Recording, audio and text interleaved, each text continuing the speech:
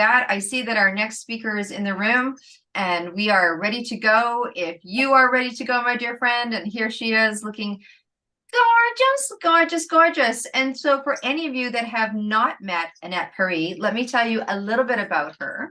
So I'm just going to make Desi will unmute you in just a few minutes there. Anat is a seasoned entrepreneur who is an inner child expert.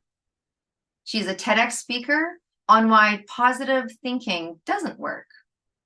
The topic she's going to talk to us today is about freeing ourselves from ourselves. Ooh, that's intriguing. Freeing ourselves from ourselves. Okay. And the thing you may not know about her, maybe there's another one of you out there that does the exact same thing. I'm not sure, but if she can eat it in a bowl with a spoon, she will. So she pretty well eats everything that she makes. It is out of in a bowl. I'm like, I love when I hear unique things like that. I mean, it is great. And the music that she's gigging to that she loves is Holloway, the artist. She has some incredible gifts. Again, if you have not played the gift game with us, you need to listen to the conversation that we have. I'm going to pull a question. I'm going to ask you that question and you are going to answer, and you're going to put that answer and the email in the chat. Now, she has a gift for everybody. And for those of you listening that are streaming in, and also thank you for the viewers on the women's channel. All of the speakers, if they choose to on Monday, are going to go put this gift to everybody in the public 262 Facebook group, which is Desi is going to be putting in the chat for those of you that are here. And all of the gifts from all of the speakers all weekend long will be there to go and gather. So this is for everybody, because I know that if you're not in the room, we might just, we'd be like, you just got to get in the room. But if not, she's going to be giving a cultivating safety breathwork and somatic guide and audio guide. Yay. Yay. And someone is going to win here a gorgeous value of $1,000 private 2-hour session with her.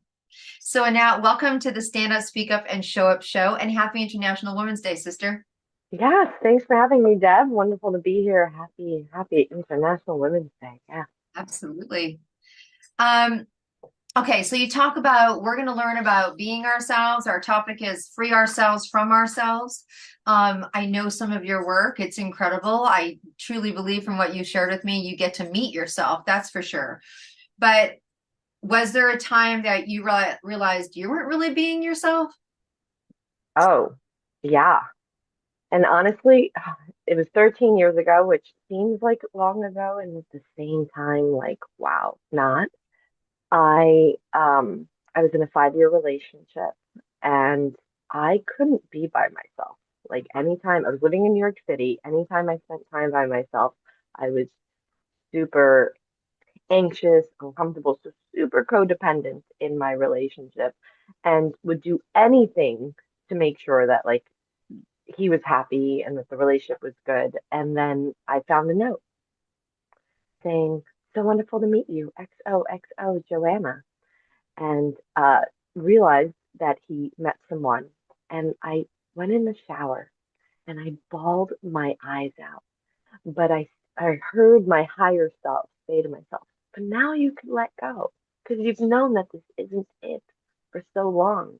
And so there was so much of me that wasn't expressed and holding on to this relationship, not because I loved him, but because I needed him, because I didn't know how to be with myself. And it's not like it all came to realization in that moment, but it was probably a month later that I realized, wow, I don't love myself. Like if I actually knew what it was to love myself, to be with myself, and to be myself, then I would have never stayed in that relationship. And so I went from being really resentful and angry with him to seeing where I was responsible, where it was really up to me and where I created this.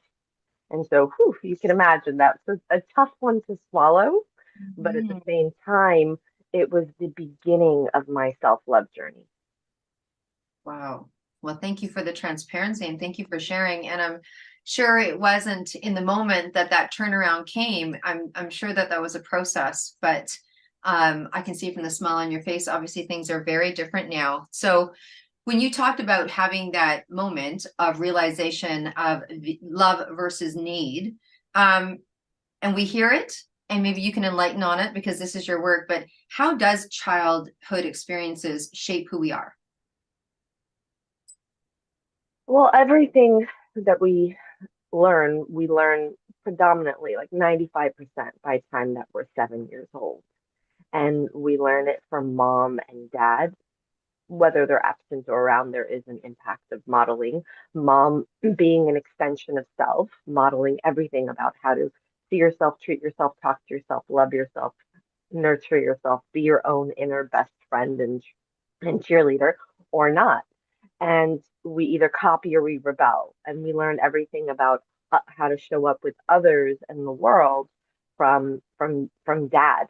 And again, we either copy or rebel. So it's that as children, we're seeking that safety. We're seeking whatever is going to make us feel loved and accepted as well. And so we adapt. We can't, if things aren't the way that we want them, we don't just say, oh, well, this is a toxic relationship. I'm out of here at 3 years old. We just learn, we adapt and we form these patterns and these survival strategies in order to stay safe, in order to keep the connection and feel loved. And so it really sets the stage for everything. And so when we talk about freeing ourselves from ourselves, it's also that script that we inherited, that script that we inherited, excuse me, of this is the way to be. This is what love looks like. This is how to be in a relationship. This is how to deal with emotions. And so to free ourselves is about giving ourselves an opportunity to evaluate what we learned and understand that it's not who you are. It's just what you learned. And if you learned it, you can unlearn it. Mm. And to start to free ourselves from that script where it kept us living in survival. Most people right now today are walking around not in the driver's seat of their life. There's some bodyguard, there's some defense strategy that is driving the car. And we don't realize that. And we just keep staying in the same patterns, playing out the same script that we inherited. And a lot of times conversations like, well, I don't want that to happen to me. I don't ever want someone to, I don't want to get divorced if mom and dad got divorced, or I don't want this, or I don't want that. It's always how do I make sure that whatever happened to me doesn't happen to me again? And that is survival language. And that is a survival way of living as opposed to learning or unlearning and re remembering who you really are and getting back into the driver's seat by learning to mother yourself the way you always wanted and needed, by learning to become your own inner best friend, inner cheerleader, inner nurturer, so that you know that you've got you no matter what as you step out into the world and that you can handle whatever comes up for you. And that's when you start to step into creation and knowing yourself as someone that could reinvent yourself every day, every year, every moment. And to me, that's freedom. Wow. I see a lot of notes going on in the chat. Um, I know we've had conversations before, and I thought that was really interesting. The last time we were talking, and you were sharing with me how, for you and your work, understanding that sometimes being nice is actually self-abandonment. And I never really heard that term before around self-abandonment. We've heard being abandoned or mostly abandoned. Most people don't, but or not being good to ourselves or, not treating ourselves well enough or not taking ourselves as a break. But I never heard self-abandonment. I thought that was a great, I'd love to bring it up and have that conversation a bit. Yeah, so I think, well, a couple things. First off, a lot of times when people feel like they are afraid of being abandoned by another, I have this abandonment wound. They say, I have this abandonment wound. It's not to say that they didn't experience abandonment maybe from mom or dad. But a lot of times as well, what they don't realize is underneath that is that No, you're the one that's been abandoning yourself. And so when you're in like in that relationship that I was in 13 years ago, yeah, I was constantly afraid of him leaving me, not realizing that it wasn't really about him. It was that every single day I was abandoning myself. And, yes, being kind is beautiful, but being nice when it's not authentic, when underneath it you're saying something or agreeing to something because you don't want the other person to not love you or to leave you or to be disappointed in you, in those moments, you're not listening to yourself. You're not listening to that inner child that's saying, I don't really want to do this today, or I'm not a yes to this, but you'd rather please the other person instead of being true to yourself. And so, right there in that moment, you are abandoning yourself and choosing someone else to love you instead of knowing how to love yourself. And I was the poster child for that one. Well, I see a few heads nodding, and I think that that is not an unusual experience for people to have, and I think that's why at some point when someone starts to find boundaries, it's like, it's like when someone decides to lose weight or quit smoking or start exercising, it's all they talk about because once you have that taste of boundaries, whether it's self or otherwise, it's a very good tide riser, I would say. But what comes up for people so that they don't want to go do that? Like what are the fears that people experience when they start to unveil that a little bit and start to do some self-examination and make that change? What is it that people just, oh, that sounds so great, let's just go clean that stuff up? Like what comes up for people that kind of leaves them in that spot? Huh. Well, the biggest fear, and I've actually already said this, is losing love. Mm, So, and that fear lives very, very deep in the nervous system. Because again, as a child, connection is what equals survival. mhm. And so when someone begins speaking more honestly, when they begin setting boundaries, expressing their needs, what happens in their system is it starts to react as if something dangerous is happening because it's so unfamiliar to the system. Even though logically you may know that you're safe, people um, they start thinking things like, well, if I say this, I might lose this person. If I stop over giving, what if they leave me? If I stop performing, maybe they're not going to value me anymore. And so often what happens is that if you don't learn to love you again, right? It's all connected here. If you're abandoning yourself, then whatever you're in, whoever you're with, it's not actually love. They're not, they don't love you because they're not getting you. It's an arrangement instead of an actual relationship. And so when you start showing up more authentically, yes, it starts to rock the boat. I mean, I had to go through this as well as someone that's a recovering people pleaser. It absolutely starts to I remember going through it actually with the person who's now my husband, seeing like, okay, I'm gonna start to speak up for myself. And, going from painting him as the best thing since sliced bread to actually admitting the things that I didn't want or that I wasn't comfortable with, it it it brought some stuff up in him. And at the same time, it's where he started to grow and where we started to grow. And so it is very edgy, but this is why it's so important that as you start to step into that, you have this foundation of mothering yourself, I call it, of knowing that in those moments, you could be your own inner cheerleader, inner best friend, and that you can nurture yourself as things are coming up in your system, as you're taking that leap to show yourself for the first time, to be authentic. And this is true not only in relationship, talking about getting on stage or getting on calls or being more visible on social media or stepping into starting a business. It's all the same. It's like that choice to be yourself, to let someone see all of you and what you're doing and what you're up to right now. And it's like, will I get the likes? Will people follow me or will they unfollow me? It's all the same. It's the fear of belonging and acceptance and love that starts to come up. But the gift of it is that in all those moments, what you're doing is you're strengthening your love for yourself, and you start to realize that that's there's no love to get.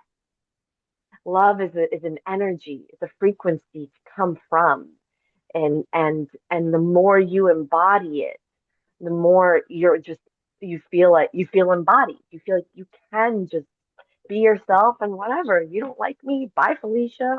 You don't want this? Bye, Felipe. Next.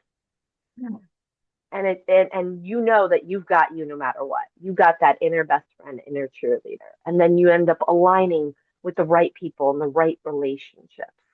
People that actually value you and love you for you. Right on. Right on. I love that inner best friend, right? That inner best friend. So we've had this conversation as well too, because we have a body. Sometimes our body talks to us, gives us indication, our intuition goes off or something, or our throat closes when we're trying to say what we need, and all of those things that happen. What is the role of the body within this process for people? Yeah, I've touched on this a bit, and it really is that. And why I did my TED talk on like why thinking positive doesn't work, because you could tell yourself all you want, I could do this, or I'm great, have all the affirmations in the world, but the nervous system responds 10 times faster than your conscious mind does. So in point 0.2 seconds, it's going to respond. And it's not about what is good versus bad, pleasant versus unpleasant. It's what's familiar that's been programmed in. For someone that grew up in a chaotic household, chaos is familiar, which means what's familiar is what's safe. And so to them, that's love. They will perpetuate that. And you take someone who has never experienced real joy, real love, and you put them in a relationship with a great person who wants to love them, and they'll sabotage it because that's unfamiliar to their nervous system. And so the key is not only reprogramming our beliefs around it. Yes, the mind is part of the equation, but learning how to work with the nervous system to to reprogram it for what safety actually is, which is why my giveaway is my Cultivating Safety audio, is to support you in like, well, it's one thing to know that you have a nervous system, which by the way is always working for you. It's another thing to know how to work with your nervous system. Mm-hmm. Because working for you is, uh-oh, this is a threat. It's going to put you in fight, flight, freeze, or the one we've been talking about here a lot, please, right? And that was me, stuck in people pleasing and abandoning myself for most of, my younger life. And so it's always been working for me. But to learn to work with it is to learn to feel the things that we never wanted to feel like before. To let it know that the sensation that's coming up for me as I speak up for myself is okay for me to feel and be with. And in those moments, you are rewiring, you're reprogramming what is safety in your nervous system. And that's how you're building your capacity to handle more and to show up more and more and more authentic and embodied. Wow, that's a beautiful word. Embodied, right? Embodied in your body. Um, so when people do this kind of personal development, I don't want to assume that everyone assumes how is that done. And I think that there's that practical part of someone's mind that goes, so does this happen in coaching? Does it happen in meditations? Does it happen in retreats? Like, share with us, how are people healing and being able to embody themselves? I believe you do retreats. Maybe just share a little bit about the actuality, because I think it puts it together beautiful with the work, because everyone does their work so differently. Yeah, and it can be done in many ways. I mean, retreats are great for people that love immersive in-person experiences. And, there's also, I actually have a certification program. I certify those that want to learn my method to bring it to others. But at the root of it, it's learning that the only way to feel better is to get better at feeling. And so we all have this, I like to use the metaphor of this ocean of our emotions. And just like a surfer, if it's your first time saying, I want to surf, you're not necessarily going to go to the big kahuna waves in Bali. Hmm. And so learning to rebuild that connection to our emotions and sensations and our body is where a lot of the deep healing happens. It's not just subconscious reprogramming, it's like the deep nervous system healing happens when we learn it.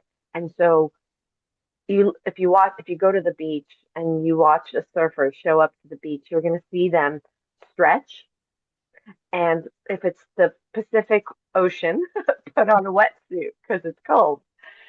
And to me, that's the steps of like learning to first cultivate safety. So again, my free gift, guys, it's no joke. Download it because it's going to support you in, well, I want to learn how to get better at feeling my feelings, but I'm kind of scared to go into the ocean of my emotions. Yeah, let's pause on even getting in there. And before that, let's learn to, so to speak, to cultivate safety through the stretch and the putting on the wetsuit, in learning how to connect again to our breath, to our nervous system, to the sensations. Sensations are the language of the nervous system. So when you learn to name the sensations happening in your system, you're learning how to speak to your nervous system in a way that you're saying, hey, it's actually safe. I don't need protection. This is not danger here. And so that's like the beginning part. And then getting into the ocean and starting with the things that are easy and light and small as opposed to like the biggest wave, the biggest grief or heartbreak that you've had, and Right. building from there. Beautiful. As we wrap up, my friend, I would just, if you have any message that you want in relationship to International Women's Day, we'll end our time together with that. And then, Stacy, I'll tap you in to share some experiences you had while I put a question together for someone to win some time with Anat. And Nat, anything to add in terms of International Women's Day? Oh gosh, women, we are really the womb, right? We represent where it all starts. And I love celebrating women, and I love women stepping into their power and their voice and their authenticity and their truth, because from that, like, we can create a whole new world. And so just remembering that. Yeah, and I love you all. Thank you. Thank you. Hearts, love, emojis, reactions, all the things.